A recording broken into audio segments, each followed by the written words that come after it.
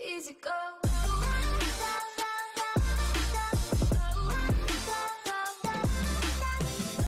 Salut, c'est Zblug.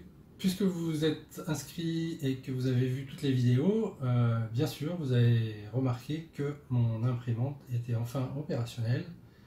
Et donc maintenant, je vais reprendre le fil de la chaîne, à savoir la construction du robot. Donc aujourd'hui, on va parler du cerveau. Le cerveau, je vous l'avais déjà montré, il va être constitué d'un Raspberry Pi. Donc aujourd'hui, ce qu'on va faire, c'est qu'on va installer et paramétrer le Raspberry Pi pour pouvoir l'utiliser. Donc je vais vous montrer ça sur l'ordinateur et on se revoit juste après. Hop, c'est Firefox que j'utilise. On va sur raspberrypi.org dans la section Download. Ensuite, dans la partie de Download, au passage, je vous montre que Raspbian, c'est ce qu'on va installer. C'est la version de Linux qu'on va installer. C'est bien la version officielle pour utiliser les Raspberry Pi. Donc on va aller sur Raspbian. Et dans la partie Raspbian, on va aller télécharger la version avec desktop. Je suppose que certains vont en avoir l'utilité, mais bon, encore une fois, je ne fais pas des tutos, je montre comment moi j'utilise les choses. Donc on lance le download. Donc ça va prendre un petit peu de temps. Alors je vais, hop, là, voilà, hop, j'enregistre le fichier. C'est parti. Ensuite on va avoir besoin, une fois qu'on va avoir donc l'image de notre OS, on va avoir besoin de Etcher. Etcher, c'est donc un utilitaire qui va permettre de poser l'image grave, puisqu'on parle plus de graver puisque c'est une clé, c'est une carte SD. Donc on va poser l'image sur la carte, donc avec ce petit utilitaire là. Donc pareil, hein, moi je suis sous Windows en 64 bits, donc vous choisissez votre système. Hop, ça se download aussi. Tac, voilà. Voilà, j'enregistre aussi. Voilà. Ensuite, on va avoir besoin, pour finir, on va avoir besoin de PuTTY.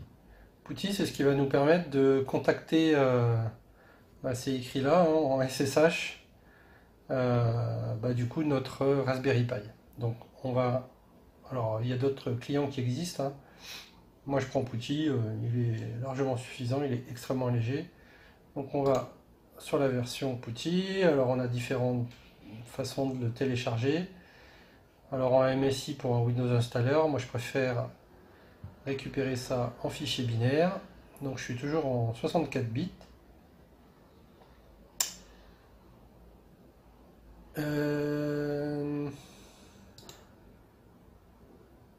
Et on enregistre.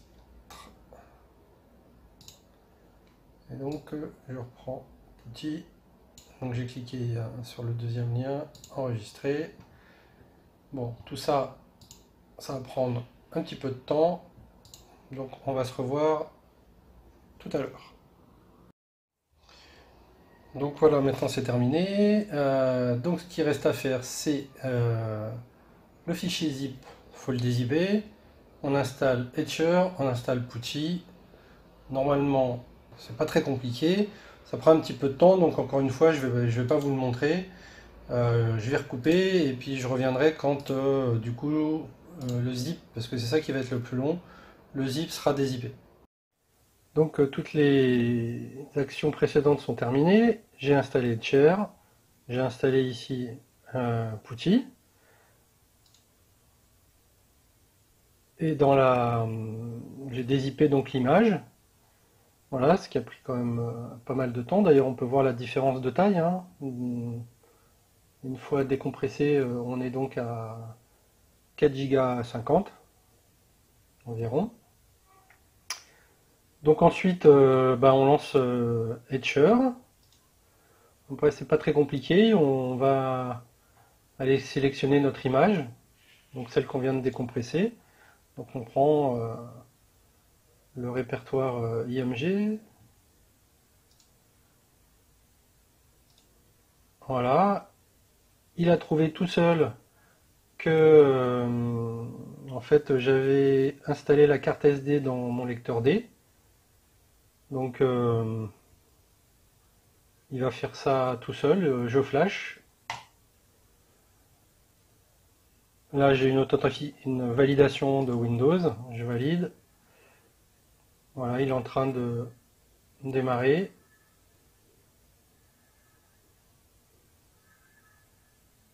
Voilà, hop, et il va prendre du temps. Donc, comme tout à l'heure, je vais couper et puis on se revoit dans quelques instants.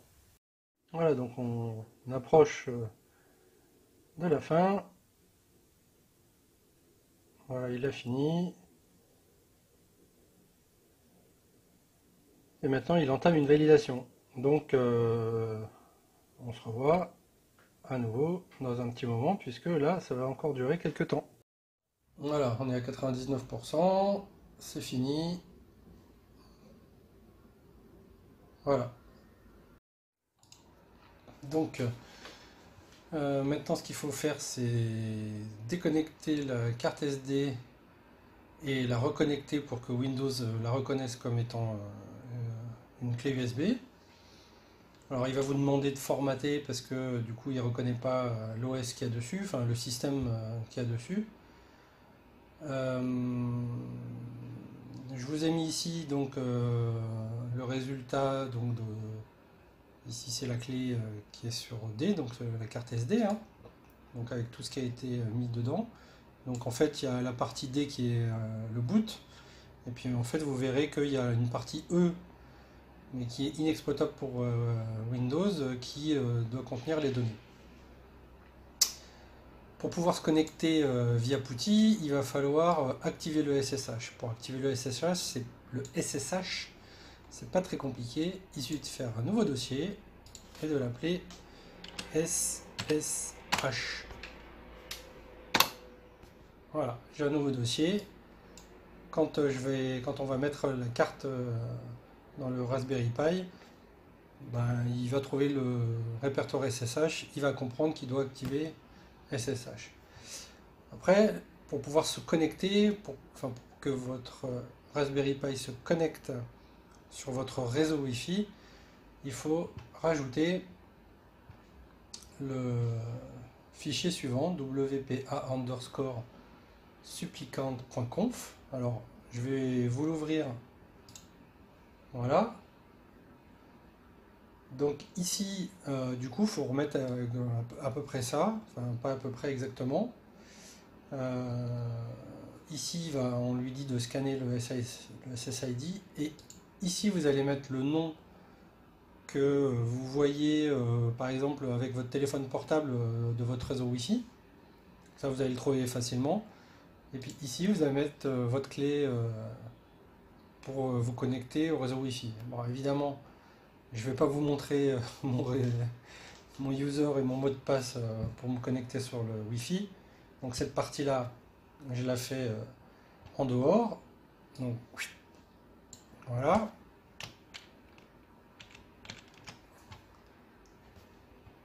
Le fichier est enregistré. Donc à l'intérieur maintenant j'ai mes bonnes valeurs. Il suffit de déposer le fichier dans le répertoire de la disquette, et puis voilà, je le copie sur D, tac, il est en bas et c'est terminé.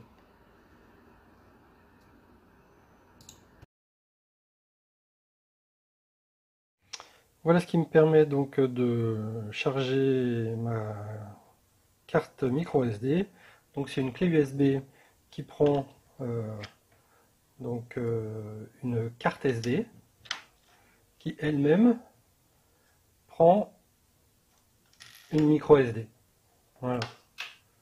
Donc vous avez l'ensemble du matériel nécessaire et utile. Alors si vous avez un lecteur directement de carte SD dans votre ordinateur, bah, vous pouvez l'utiliser directement, hein, bien sûr, ça fait exactement la même chose.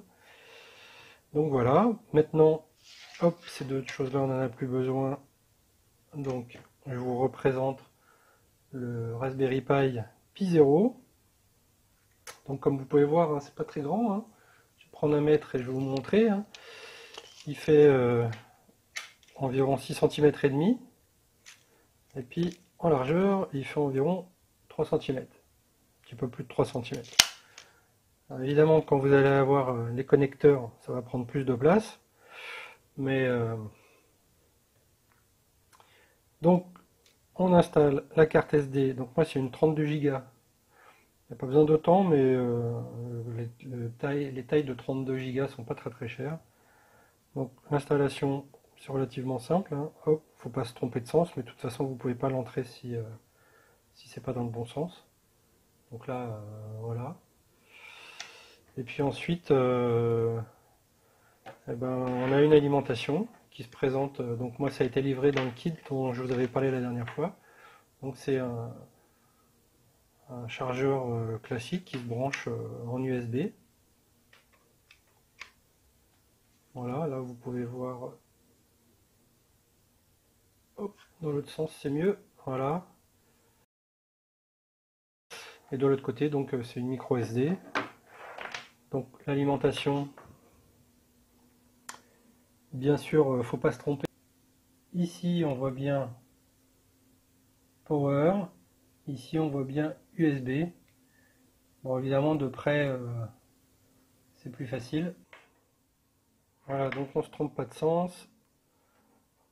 Le Power c'est celui-ci. Tac. Il y a un interrupteur sur le câble. Donc je branche, hop, mon alimentation.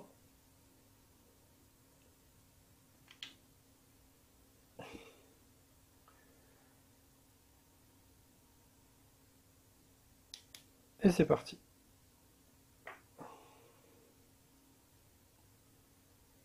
Donc là, on voit bien la petite LED là qui s'allume. Bon, ça ne veut pas dire que ça marche, hein, évidemment. Mais c'est déjà encourageant.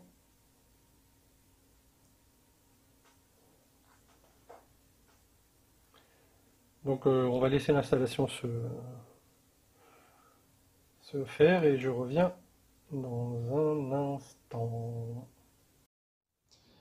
Voilà, j'ai préparé de façon à vous montrer le moins possible mon réseau local. Donc moi je suis sur Freebox. Ouais, donc je suis chez Free. Donc en allant dans les paramètres réseau, périphériques réseau de la Freebox, en fait il nous montre, donc là je vous ai caché un petit peu tout ce qu'il y avait, mais il nous montre toutes les connexions réseau qui ont eu passé et présentes. Donc là, le Raspberry Pi, vous voyez qu'il est bien connecté sur le réseau Wi-Fi, donc ce qu'on a fait fonctionne bien, et il a l'adresse IP 192.168.0.13. Donc je ne vais pas non plus aller vous montrer les autres onglets, puisque du coup dedans par exemple dans propriété il y a l'adresse MAC, et c'est pareil l'adresse MAC, il faut essayer d'éviter de la montrer ou de la divulguer à tout le monde. Donc voilà pour cette partie là. Donc maintenant je vais fermer tout ça et puis je vais vous montrer comment on se connecte avec Putty. Voilà, donc j'ai lancé Putty, on est dans la partie configuration. Alors bon, je l'avais déjà fait, je l'ai déjà enregistré, mais donc l'adresse IP, donc elle est à mettre ici, le port par défaut c'est 22, et pour sauver votre manière de vous connecter, pour éviter de vous rappeler peut-être l'adresse systématiquement, vous pouvez la sauvegarder, et au chargement, du coup après il n'y a plus qu'à cliquer là, il load les informations, donc juste l'adresse IP, et on arrive à s'y connecter. Donc on fait Open. Il y a un message de sécurité qui s'affiche de PuTTY qui vous demande si vous êtes sûr que vous voulez vous connecter, ouvrir une connexion sécurisée avec votre Raspberry Pi. Évidemment, on va cliquer sur oui. Nous voici connectés au moins sur le Raspberry Pi. Donc le user c'est Pi, le password c'est raspberry. Donc comme vous avez pu constater, alors c'est tout en minuscule Raspberry. Comme vous pouvez le constater, on ne voit pas du tout quand on tape le mot de passe. Ça c'est une particularité de Linux quand on pour la protection des mots de passe. Comme ça, là on est tranquille, je peux taper ce que je veux, vous voyez jamais rien. Bien, on voit bien que c'est un Raspberry. Pareil que le Linux a été donc installé correctement. Donc je suis connecté sur mon Raspberry. Moi, je vous conseille très fortement, pour des raisons de sécurité, de changer votre mot de passe. Pour ça, vous tapez la commande sudo raspi-config. Voilà, change password. On tape change password. On valide. Donc le nouveau password à taper. Bien sûr, je vais taper, vous n'allez pas voir. Bon, je ne vais pas m'embêter, je vais taper juste pays. Bien sûr, c'est quelque chose qu'il ne faut pas faire. Parce que là, c'est juste pour l'exemple.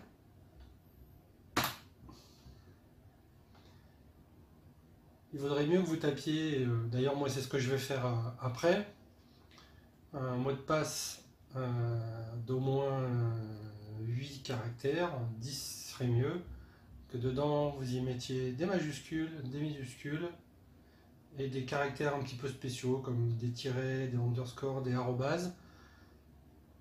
Après il y a des choses qui sont un peu trop communes maintenant, de mettre le A, trouver des mots en remplaçant les A par arrobase, parce que du coup nos amis hackers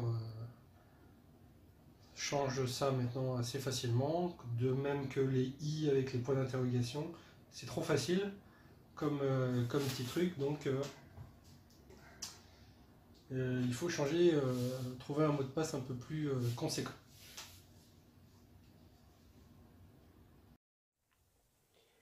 Voilà, on vient de changer le password. Pour se déplacer, c'est les flèches. Donc, pour se déplacer, donc les flèches pour monter et descendre. Je ne vais pas vous faire un cours sur toutes les options. Il y a tout un tas de tutos sur internet pour aller mettre la langue en français, le clavier en AZERTY ou en QWERTY s'il n'est pas monté correctement. Vous pouvez régler la date, l'heure, la langue, enfin plein de petites options. Pour vous déplacer ensuite c'est tabulation.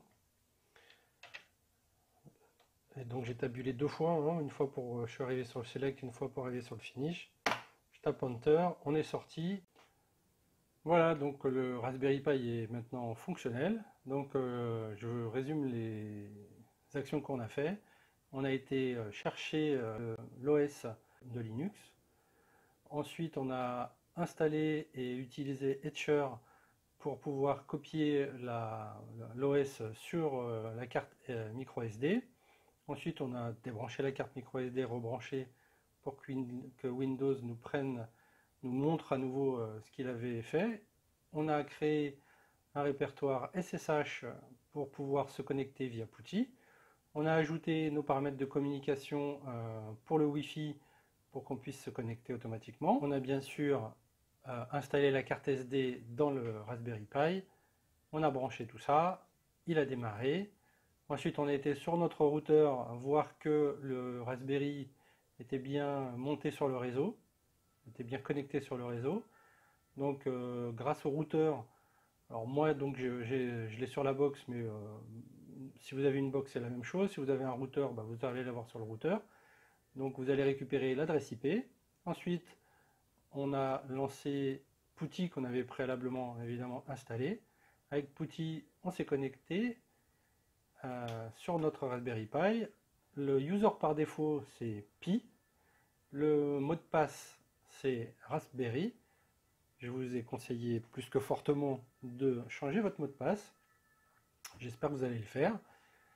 Et donc maintenant, on a vu du coup que notre Raspberry Pi était opérationnel.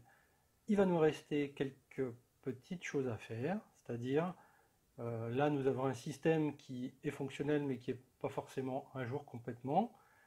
Donc il va falloir le mettre à jour.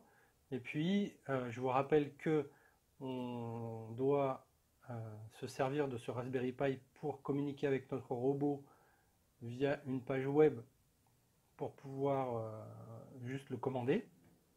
Donc forcément, on va devoir installer des petits logiciels, un serveur web et tout ça pour le faire fonctionner.